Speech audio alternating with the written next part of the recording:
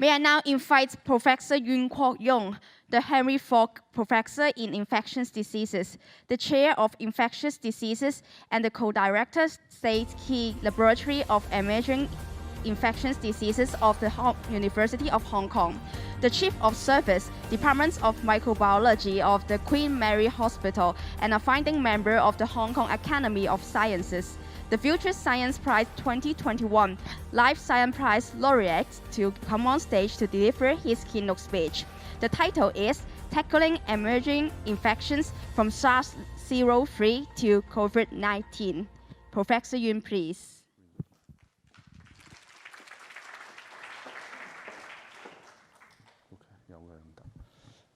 So thank you very much for the introduction, and thanks to Lepchi and Harry for inviting me to give this talk on tackling emerging infections from SARS to COVID. So our team started on the coronavirus research in 2003, after we first saw the first few cases of SARS in Hong Kong. And together with Professor Mark Pires, we have isolated the SARS-CoV-1 from the lung tissue biopsy of these patients, and then proved the disease association. Then Yi and also Bojian go back to Shenzhen and track down the likely source of the SARS-CoV-1 in the civets, which are caged inside the Shenzhen wildlife market. But then subsequent research in the wild civets and also the farm civets did not show any serological or molecular evidence of SARS-CoV-1. Only those civets inside the cages of the markets are positive. So we postulate that there is an unidentified animal natural reservoir for SARS-CoV-1.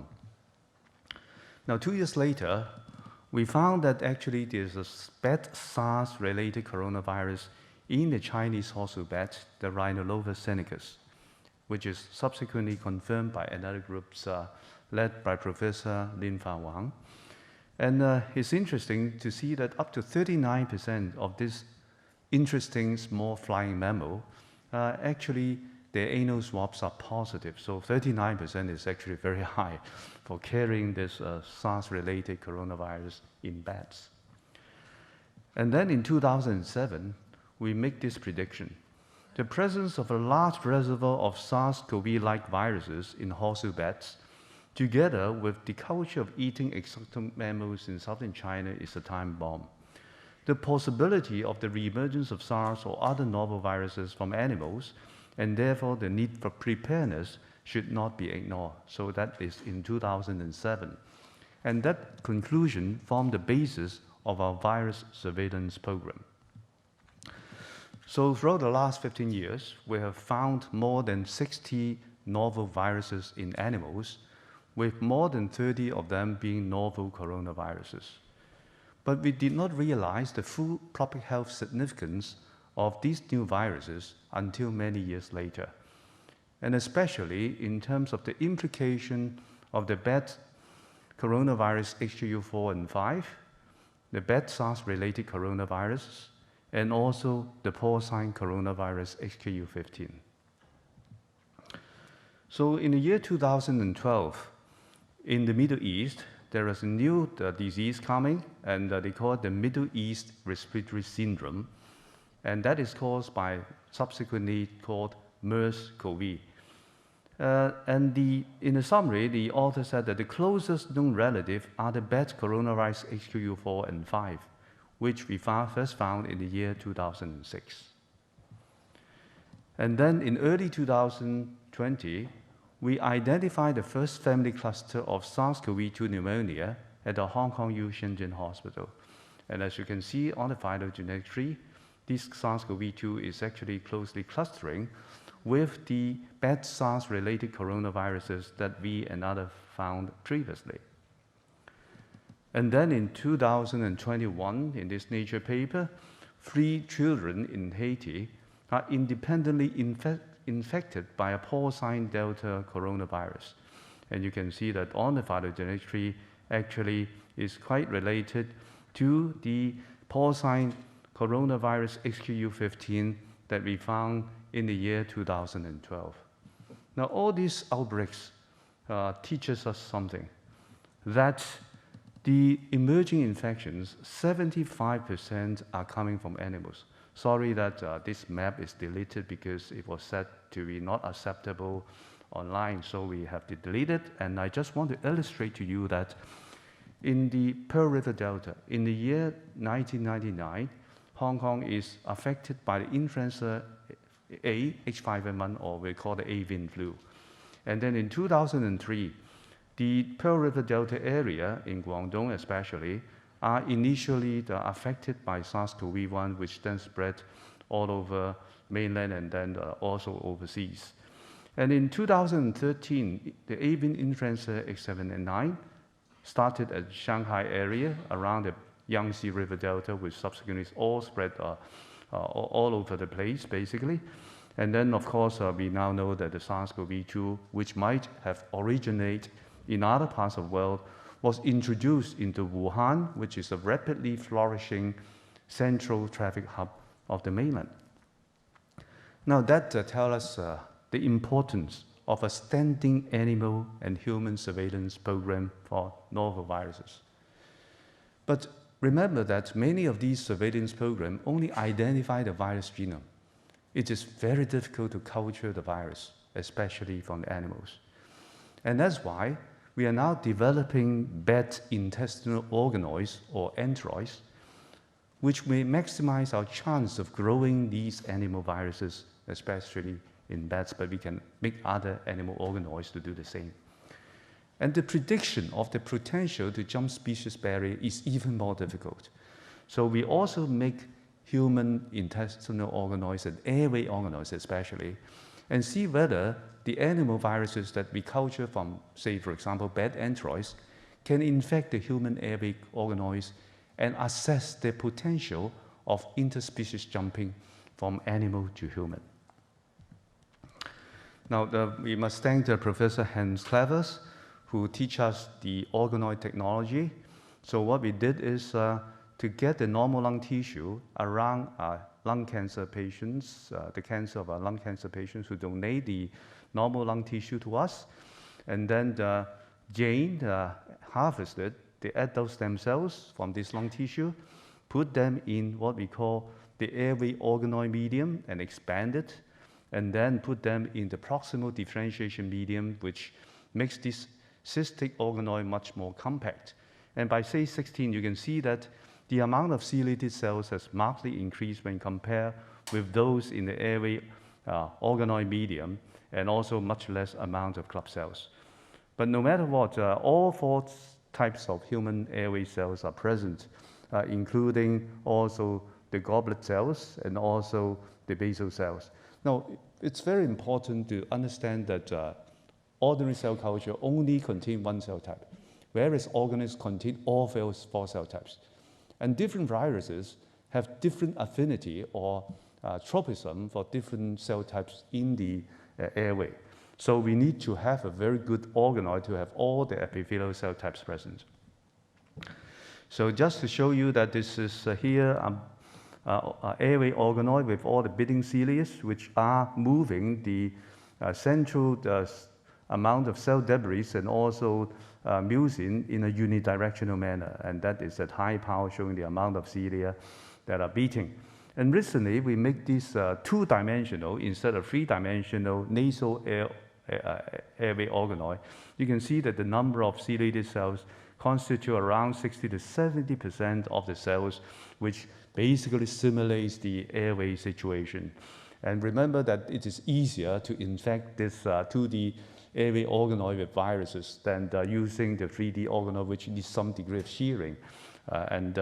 In fact, the virus can infect from the basolateral region instead of the apical region, which is the normal luminal side from which viruses enter the cell.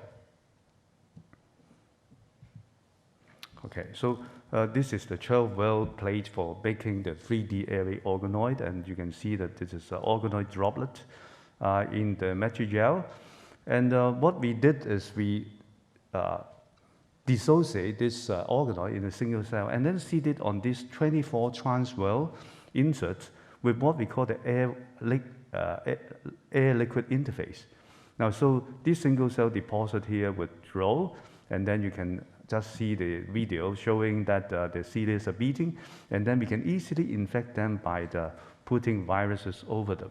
So in general, for infection experiment, this is much easier to do it with a 2D airway organoid than with the 3D organoid. Now remember that the SARS-CoV-1 and SARS-CoV-2 are basically respiratory viruses. They infect our airways, not our gut. But in the case of the Chinese horseshoe bats, the virus, the SARS-related coronaviruses, are found in the feces, which means that the replication site is actually in the intestine, in the gut, not the airway. So we have to make a 3D differentiated bat enteroids from the adult tissue stem cells from the Chinese horseshoe bat. And these are the enteroids. And you can see that all 4 cell types are present, from the enterocytes, the gallbladder cells, the PNF cells, and also the enteroendocrine cells are all present, which would allow the comprehensive set of viruses to be able to infect these bat enteroids. And of course, we tried it with the SARS-CoV-2, and you can see that SARS-CoV-2 can infect the enterocytes in these bat enteroids with the expression of nucleoproteins there. And these enterocytes are actually also immunostain positive for the known entry receptors for SARS-CoV-2, including the ACE2 and also the TMPRSS2, which is an enzyme which activates the spike protein of SARS-CoV-2. And you can see that the viral load goes up to 10 to the power 9, and the virus titer goes to 10 to the power 6, showing that the bat enteroids is excellent for growing SARS-CoV-2. Now, it's not as easy as we think, of course, because viruses, once they enter the cell, they would induce the interferon response, which would reduce the amount of virus replication. Well, even for SARS-CoV-2, they would activate the interferon response through the TPK1 and the IKK epsilon kinase, which then the cell would produce interferons. The interferons would activate the interferon-stimulated genes through the JAK-STAT pathway. Now, and that is interesting. If that is the case, is there any way that would improve the performance of these enteroids for the culture of these bat viruses? Now, so we, of course, look at all the JAK inhibitors. But unfortunately, many of these JAK inhibitors, which can be used to suppress these kinase pathway, they also suppress the virus a bit, even in the case of SARS-CoV-2. Now, so that is very disappointing. But then we come across this compound called CYT387, which is also called momelotinib, a very potent kinase inhibitor against JAK1/2, TPK1, and also IKK epsilon. That is excellent because it would suppress all the interferon pathway through this kinase inhibition. And then, of course, we tried it in our enteroids, in the bats, and also in human enteroids. And you can see that it actually markedly increased the amount of virus productions in both the bat and also the human enteroids, and not just for SARS-CoV-2, but even for bat coronavirus HKU4, again, quite a bit of increase in the amount of virus replication. Now, so what we want to do is we want to isolate bat viruses in bat enteroids and select those who are able to infect the human airway organoids. And that would select those or identify those viruses with potential of interspecies jumping. Now, of course, that is one thing. Knowing which animal virus which may jump species barrier is one thing. We must have rapid detection system for the early diagnosis of the animal virus jumping into human. And also we must have rapid detection system at the same time to exclude common human virus infection. And that we do it in collaboration with Terence Lau, who make this machine, and we have to develop basically the amplification side, the biochemical side, and this machine is able to detect more than 30 known human respiratory viruses or animal viruses with interspecies jumping potential. But even then, we would not be able to predict accurately which is the next pandemic virus. And we can't predict them, we would not know what is the antiviral susceptibility. And that's why we need to have broad-spectrum antivirals available so that you can immediately reduce the morbidity and mortality of the next pandemic agent. So HIN is able to find a compound here which can inhibit the host caspase-6, which is part of the apoptosis pathway, which is an executor caspase.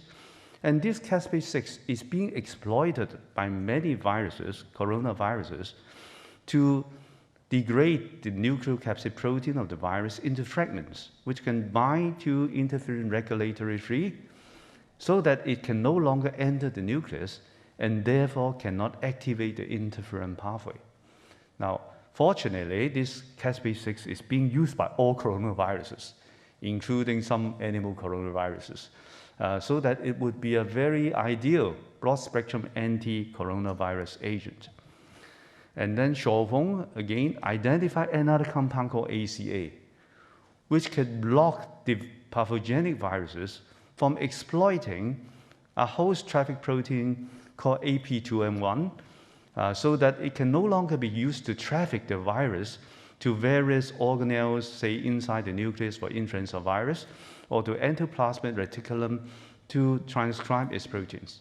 And all these pathogenic viruses have one characteristic. They all contain in the structural protein the YXX thigh motif.